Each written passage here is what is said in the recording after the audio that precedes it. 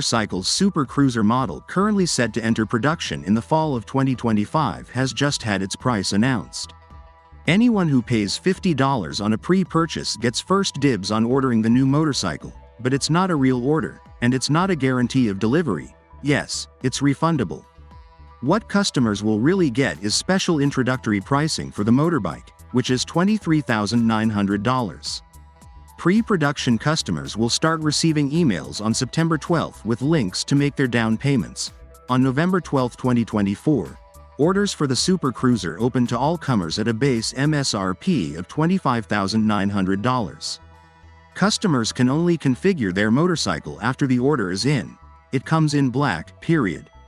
If you're wondering from whence the styling inspiration came on the Super Cruiser, well, look no further than the FXR. The Super Cruiser is what Sands describes as a high-performance, Superbike-Powered club-style motorbike. In other words, it had assumed the silhouette of the fabled Harley-Davidson model and combined it with a West Coast cruiser flair added. The Super Cruiser, at least in this configuration, is almost mechanically identical to the current generation Hammerhead 1190RX Superbike, which itself was primarily based on Eric Buell's 2014 1190RX. There have been significant updates to the Rotax Helicon 72° V-twin engines since then. The blacked-out pieces, high bars, and quarter fairings hint at that clubby feel. Still, there was considerable hype surrounding the Buell RSD concept motorcycle, and when pre-orders began, avid customers pledged an astonishing $120 million. With its aerodynamic quarter fairing, broad, shallow gasoline tank carrying 4.5 gallons, elevated handlebars, and high, integrated seat, the FXR clearly inspired the Super Cruiser's design. While it is relevant to note that the Motor ETV2 occupies a great deal of frame space and doesn't really sport a classic cruiser look of all chrome cowlings and engine fins, this variation resembles the concept motorcycle for RSD.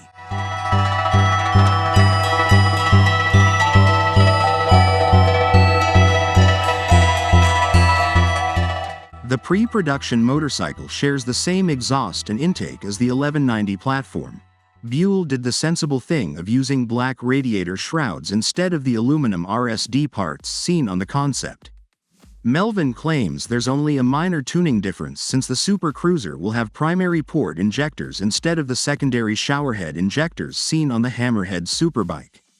Overall, this is a smart decision that will save this startup a bundle in R&D and fabrication costs. The Super Cruiser's front riser, patterned after so many HD models and fabricated by RSD, has a standard spacing pattern, allowing customers to employ the use of aftermarket components compatible if they so choose. The bike has Öhlins adjustable front and rear suspension, although Melvin mentions that this might not make the final design. Nevertheless, it will have some adjustability for riders of different heights and lengths in order to be able to dial in their own setting.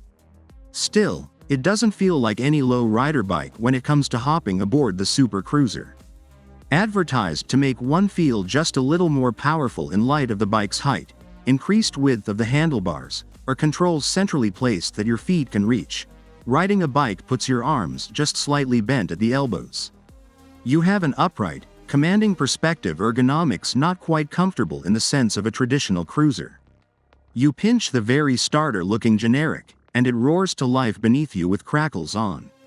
You can tell you're sat on a rattling machine as the motor chugs along at idle, begging you to hit the throttle and get it spinning harder. There's oodles of power everywhere, but none of it seems to come alive until you reach the heart of the torque curve at 5,000 revolutions per minute. It answers tugs on the throttle with a mild grumble in the middle.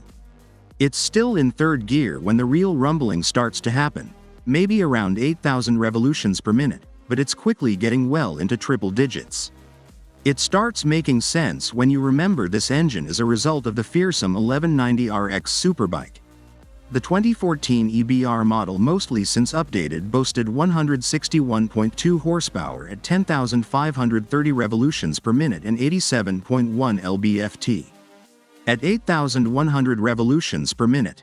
Because torque numbers remain unavailable, it's safe to assume the Super Cruiser's claimed 175 horsepower equates more realistically into around 100 lb-ft. On the brand's Superbike, the Super Cruiser has plenty of torque to keep up with the high revving twins while just toddling along on average routes.